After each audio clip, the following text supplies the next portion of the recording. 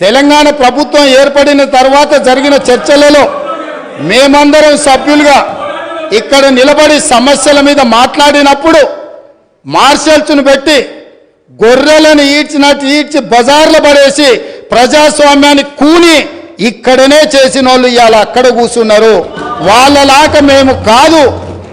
ఇదే కాదు, గవర్నర్ గారి ప్రసంగంలో ఆనాడు ప్రజలకు వాళ్ళు ఇచ్చిన హామీలు ఈ మంత్రివర్గం తీర్మానం ద్వారా గవర్నర్ గారి ప్రసంగంలో పెట్టలేదు అని, పెడితే బాగుంటుందని చర్చించడానికి నిలబడ్డ ఆనాటి నా సహచర శాసనసభ్యులు కోమటిరెడ్డి వెంకటరెడ్డి గారిని, సంపత్ కుమార్ను శాసనసభ సభ్యత్వాన్ని రద్దు చేసి నిరంకుశ నియంతృత్వ పోకడలతోని నిర్ణయాలు తీసుకున్న వాళ్ళు శాసనసభలో గవర్నర్ రంగరాజన్ గారు ఇక్కడ ఉన్నప్పుడు ఆనాటి శాసనసభ్యులు చేసిన గందరగోళంలో 10% కూడా కోమటిరెడ్డి వెంకటరెడ్డి గారు, సంపత్ కుమార్ గారు చెయ్యలే.